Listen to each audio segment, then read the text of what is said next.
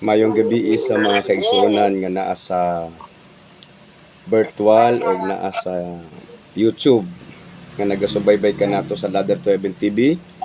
Sa makausap pa mayong gabi o kitang tanan. I am blessed, I am anointed, highly favored, healthy and strong. I will not die, I will live and declares the words of the Lord. In Jesus' name. Amen and amen. Praise the Lord. Okay, ablihan nato atong Biblia sa John chapter 8 verse 12. John chapter 8 verse 12. Na may Bible, kamo nga naa sa YouTube, pwede ninyo kaon ninyo mukha mo Bible o notes aron kitang tanan mahimong makaapil sa atong pagtuon. Kung basahon, unya si Jesus miingon na usab kanila, ako ang kahayag sa kalibutan. Ang musunod kanako makabaton sa kahayag sa kinabuhi ug dili na gayud maglakaw diha sa kangitngit. Salamat sa Ginoo siyang pulong. Father God, I pray once again that you will grant us your wisdom and understanding in Jesus Christ's mighty name. Amen and amen. Okay, praise the Lord. John chapter 8 verse 12 muna atong teksto o atong isgutan ang living in the light. Living in the light. Pag kinabuhi, pagpuyo diha sa kahayag. Okay? Si Jesus Christ iyang gipadayag dinhi sa katawhan sa Jerusalem nga siya ang kahayag sa kalibutan.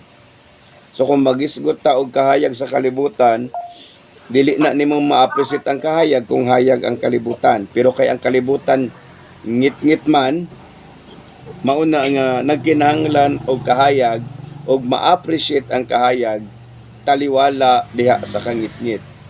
Muna si Jesus Christ ingon siya, ako ang kahayag sa kalibutan. Iyang gipadayag nga ang kalibutan ngit-ngit. Unya ingon siya, ang nagsunod kanako. Okay, timan iha nagsunod kaniya. Makabaton sa kahayag sa kinabuhi ug dili gayud maglakaw diha sa kangit-ngit. Dili na gayud maglakaw diha sa kangit-ngit. So ato aning isa-isahon. Unsay buot ipasabot aning kahayag nganyong niingon si Jesus Christ, ako ang kahayag. So figuratively, ang kahayag guys got mahitungod sa himaya, glory, sa pagkabalaan, holiness, o sa pagkamatarong, righteousness. Muna nag-symbolize sa hayag. Glory, holiness, and righteousness. Muna nag-symbolize sa kahayag. O ang kangit-ngit, nagasimbolo ang kangit-ngit diya sa kadautan, sa pagpakasala. Munang ang kalibutan na puno sa pagpakasala, puto sa pagpakasala. Ingon ang Isaiah chapter 60 verse 1 and 2. Isaiah chapter 60 verse 1 and 2. Bangon og sidlak kay miabot na ang imong kahayag. Kinsama ni ang kahayag nga gipasabot ni Isaias, si Jesus. Ang himaya sa Ginoo misidlak kanimo. So muna nga ang kahayag nagisgot sa himaya, glory, holiness, pagkabalaan, righteousness, pagkamatarong. Munang naa sa Ginoo. Holiness and righteousness, munang nagapa danag sa Ginoong Dios, that is called glory. Okay.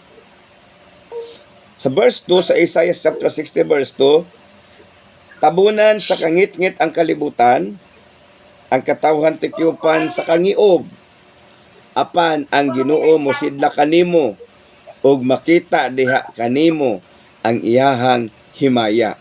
So kinsa man ni ang giingnan ani ni Isaias, ang katawhan nga misunod sa Ginoo. Kinsa man ning kahayag nga niabot og nisidlak, si Jesus Christ. Munang sadyang ni ani si Jesus Christ, matud pa niya ako ang kahayag. Diha kay Jesus Christ, murabag yang gisulti, ako ang pagkamatarong, ako ang pagkabalaan, ako ang himaya. Ang kalibutan naa sa pagpakasala, naa sa pagkadautan, apan ako ang kahayag. Ako ang himaya. Ako ang pagkabalaan. Ako ang pagkamatarong. Ang musunod kanako, dili na gayud siya maglakaw sa kangitngit. Ang musunod kang Kristo Jesus, dili na gayud maglakaw diha sa pagkadautan o pagpakasala. Nganuman, kay si Jesus Christ, ang iyahang dugo, maoy maghugas o magtabon sa atoang pagkamakasasala. Tungod sa iyang dugo, tungod sa cross sa Kalbaryo, diin siya nagpakamatay para kanato. Okay? Nahimo nga ang usa ka tao nga misunod kang Kristo Jesus, dili na pagaisipon sa Ginoo nga sad-an ug makasasala. Sa dihang nisunod ka sa Ginoo. Muna nga daghan ang mituo apan dili mosunod. Kay munang ang tinuod nga nituo ka, mosunod ka. So kung wala gani ka misunod, nakaila lang ka, nituo lang ka, sumala sa giingon sa uban, nya dili ka mosunod sa pamaagi ni Jesus, wala, dili jud ka tinuod nga nituo. Mao na nga kinahanglan ka nga mosunod. Ingon siya, ang mosunod ka nako, dili lang kay nituo, kung dili ni sunod.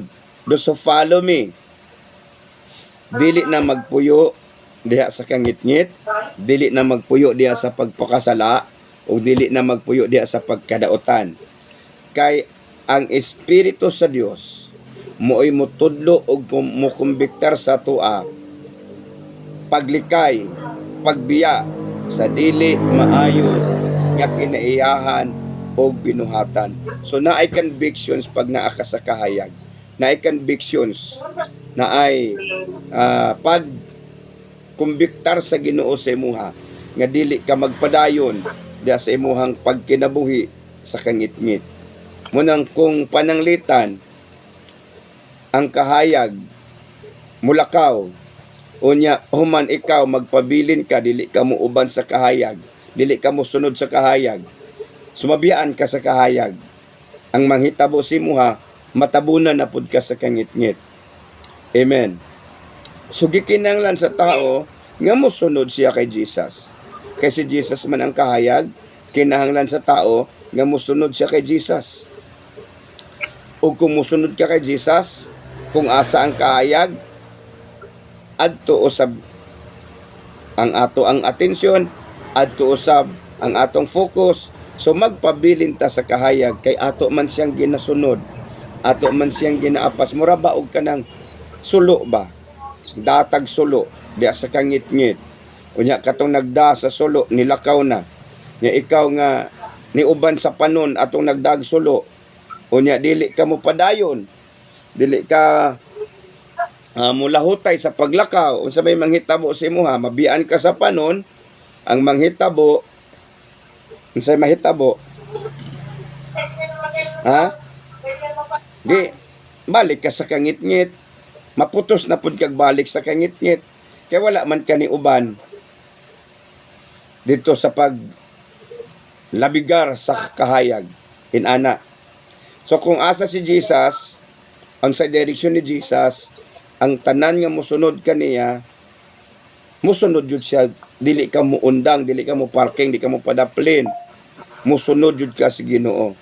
Muna ingon siya nga, ang nagsunod ka nako makabaton og kahayag og dili na gayod maglakaw diya sa kangitngit.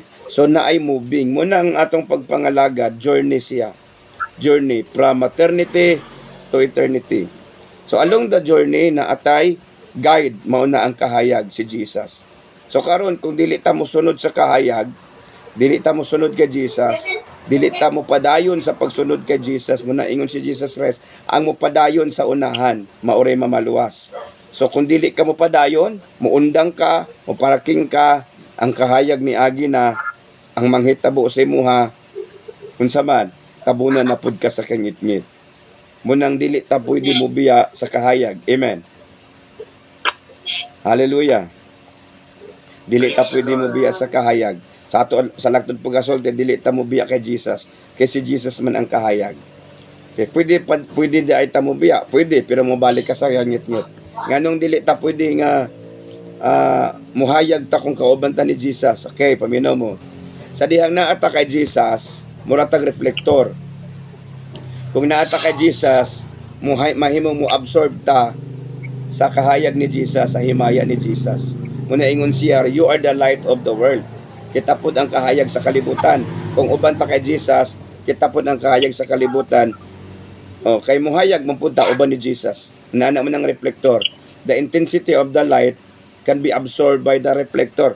But without the light, the reflector cannot be a light. Diba? Kunyari, sa sakyanan dong, ang reflector, musiga lang na siya kung maigo siya sa hayag. Apan kung dili siya maigo sa hayag, dili siya musiga. Mabitaw ang sakyanan, dili pwede walay reflector. Kung walay reflector, dili makita kung sakyanan ba nagdili, so mabangga. So inana, kita nga na kay Jesus Christ, ma-absorb na to ang radiant, ang himaya, ang righteousness, ang holiness ni Jesus. Without Him, wala ta. Kaya dili man ta righteous. Ingon ang Biblia, walay matarong, wala bisan. O sa nahimo lang tang righteous, tungod ni Jesus. So kung kauban ta ni Jesus, out of our imperfections, dili ta mahimong isipon sa amahan nga makasasala pagano walay Ginoo kung kauban nato si Jesus. Amen. Kay si Jesus Christ man ang iyahang dugo mo may magtabon sa tua. Ang iyahang dugo mo ay maghinlo sa tua. Ang iyahang dugo mo ay maghatag sa tog assurance. Muna nga pinaagi sa dugo ni Kristo na himong napasaylo ang atong sala. Kung walay pag-ula og dugo, walay pagpasaylo, for the walay remissions of sin. So kung dili ka mosunod kay Kristo Jesus, so wala nimo gi-recognize ang iyang gihimo sa krus sa Kalbaryo. Mahimo ang tao ni tuon ni Jesus Christ ni naog, si Jesus Christ nagpakamatay, pero mahimo kang mutuok. Pero kung dili ka mosunod, walay kapuslanan. Amen. Muna ingon siya, take up your cross and follow me. Tanan-tanan nga gisultihan ni Jesus Christ, ang mga disciple ni Jesus Christ, giingnan niya, follow me. Sunod mo na ako. Okay? Sunod mo na ako, ana siya. Karon,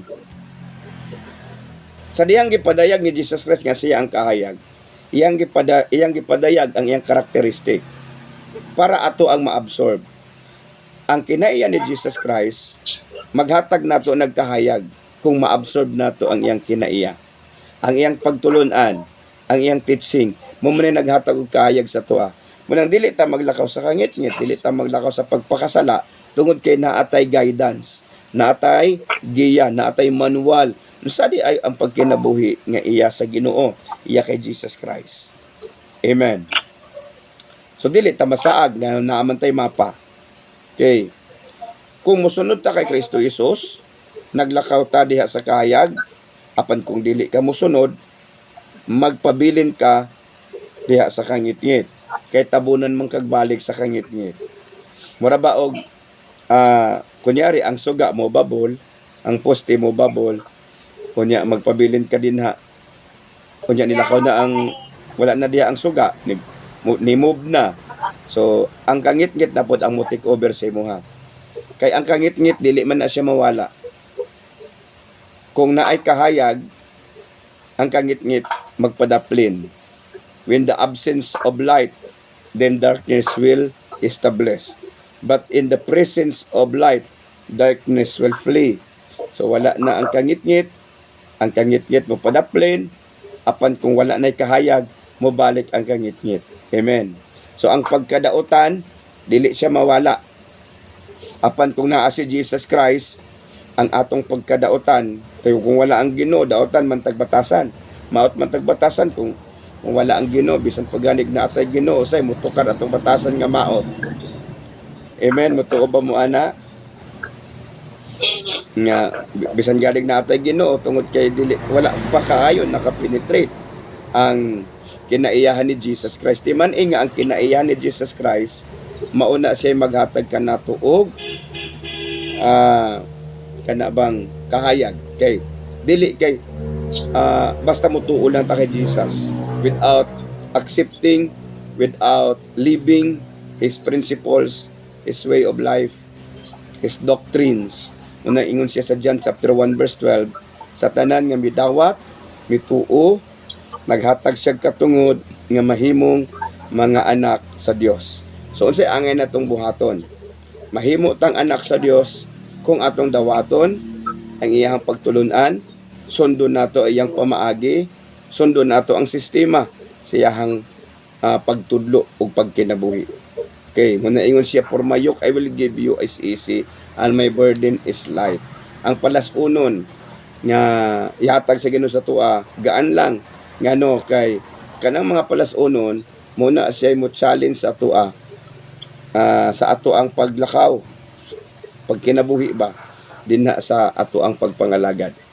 So mura ba og dili mahitabo nga kung mga lagad ta walay testing, walay pagsulay. Isa na sa atong mga palasanon. Pero dili na siya mahitabo nga bugat kaayo kung kauban nato si Jesus. Munang kung tan-aw nimo si Jesus Christ, nagpasaan siya cross para sa ato. Para maluwas ta. Para mahiusa ta sa amahan pagbalik. Karon naapot ay pasunon. Kada atong palasonon, ato apo ning pasanon, pero mugaan ra ni kay kauban nato si Jesus, mutabang man sa pasan ani. Dili niya pwede nga papahulayon ta niya. Kun dili tabangan ta niya pasan sa atong gipasan. We're on the track nga naglakaw gyapon ta pasan nato atong cross apan dili na siya bugat kay naa siya nakaalalay sa tua para makapadayon ta sa atong panaw. And that is the way ang Ginoong Dios mutabang sa tua paglabang sa mga pagsulay. Og kanang pagsulay mao nay at maghatag ka nato og understanding kung unsa di ay ang kalibutan ug unsa kangit-ngit ang kalibutan, kay diha nato makit-an sa pagsulay ang realidad sa kinaiyahan sa kalibutan. Okay? Diha nato makit-an ang realidad sa kinaiyahan sa kalibutan pag-abot sa pagsulay, pag-abot sa problema. Muna ang taong walay Ginoo pag-abot sa problema, maghikog, magwild, ug unsa pa man ang iyang buhaton to at ease the feelings, the sufferings nga iya. Muna kung may problema ang tao kung wala si Ginoo, adto siya sa inuman, adto siya sa barkada, adto siya sa kahilayan. Iyahang lingon, iyang kaugalingon. Apan at the end of the day, ang emptiness is still there. The problem is magdugang. Pero kung naa ka sa Ginoong Dios, when you cried out to the Lord, ingon ka, Lord, tabangi ko, Ginoo, dili na ko ni makaya, Ginoo, ikaw ang akong paglaom, then the Lord, okay, will appear, and the glory of the Lord rise upon you. Ang Ginoo mo abot, ang Ginoo mo tungha, ug ang Ginoo magtabang ug maghatag kanimo sa pamaagi unsaon nga dili ka magpabilin sa kangit-ngit, kundi mutipon ka kaniya diya sa kahayag. So unsay angay natong buhaton? Pabilin ta diya sa Ginoo. Unsaon nato nga magpabilin ta sa Ginoo? Atong ibutang ang iyang pulong sa ato ang kasing-kasing. Ingon siya, if you remain in me and my words remain in you, you can ask anything in my name and it shall be given. So kinahanglan nga magpabilin ang pulong sa Ginoo. Kay balo ba mo nga ang pulong sa Ginoo mo nay barometro sa tao nga naay Ginoo. Dili man pwede ang tao nga walay Ginoo nga magtipig og pulong sa Ginoo. Kadto ra yung naay pulong sa Ginoo, mao ra gyud tong naay tendency nga maduol sa Ginoo. So anay mga tao nga daghan og pulong sa Ginoo silang una-una, maayo na lang na wala, ang uban maingon nga mahiraman ka memory verse pero why application. Sagdi lang kay moabot ra man ang panahon nga naa ra nay application. Ang importante nga naa pa siya'y pulong siyang una-una. Kaya kung naay pulong siyang una-una, nya moabot siya sa panahon sa desperations, moabot siya sa panahon sa kalisod, na aman siya mahinumduman, na siya mahuna-hunaan. Sagdi lang. Sa pagkakaroon, wala pa na na-aplikar niya. Pero someday somehow ma-aplikar na. Kaysa wala gyud kay pulong sa Ginoo. Amen? So munang dili man ta dayon mausab, dili man ta dayon mabag-o, inanay man ang atong kabag-uhan. Pero isa sa paagi para dili ta malayo sa Ginoo, atong punon ang atong hunahuna ug atong kasing-kasing sa pulong sa Ginoo. Amen. Para maglakaw ta diha sa kahayag. Okay, ang pulong sa Ginoo kahayag, ang pulong sa Ginoo maghatag ka natog kalig-unan para makapadayon ta. So dili man nato pwede nga moingon ta na ako'y Ginoo sa kinabuhi without the words of the Lord. Dili pud ka moingon na kay espiritu sa Ginoo without the words of the Lord. Kay ang espiritu sa Dios, ang Holy Spirit ug ang pulong sa Ginoo dili na nimo pwede i-separate. Spunako, ang Holy Spirit ug ang pulong sa Ginoo dili na nimo pwede i-separate nganuman. Ingon si Jesus Christ, ang Holy Spirit mo'y magpahinumdom kanato sa tanan nga iyang gisulti. So dili na mo pwede i-separate ang Holy Spirit ug ang pulong sa Ginoo. So kung naa kay Holy Spirit, naa jud kay pulong sa Ginoo sa imong kinabuhi. Amen. Amen. So I encourage you to read your Bible regularly. Read your Bible regularly. Okay, butangan ninyo bersikulo inyong balay. Busulatan ninyo bersikulo inyong balay. Butangan ninyo sa magpa-print out mo verse. Kanya butangan ninyo para makahinumdum mo sa pulong sa Ginoo. Okay? Nasabtan? Hallelujah. I hope natin nasabtan. Let us pray. Father God, salamat Ginoo sa kahigayunan imong gihatag kanamo. And I pray, dear God, nga sa mga kaigsuunan nga nagalantaw kanamo sa YouTube, sa Ladder to Heaven TV, I declare your blessing be upon them. I proclaim your grace and your mercy be upon them in the name of Jesus Christ. And these people, O God, nga naa sa virtual, I declare your grace and your blessing in the name of Jesus Christ. Thank you, Lord God. Thank you, Jesus. I proclaim and I declare your grace and your mercy. Your blood, O God, magtabon ka na mo sa kanunay in Jesus' name. And as I declare this blessing to you, say amen. The Lord will bless you and keep you. Amen. The Lord will bless you and His face shine upon you. Amen. The Lord will bless you and be gracious to you. The Lord will bless you and give you peace. Amen. Peace be to you and into your house and everything that you have. In Jesus Christ's mighty name. Amen and amen. Kamo nga nasa YouTube kung na-bless mo ni ining programa, ni ining channel, ni ining video, ni ining mensahe, you can share this video to others and share this channel to others. Kung wala pa ka nakasubscribe, please subscribe and post the notification button para updated ka sa mga videos pa o nga amo ang ginapagawas para pagdasig o pagtudlo ka natong tanan sa pulong sa Ginoo. May the Lord bless you, subscribers and viewers all over the world. In Jesus' name, amen and amen.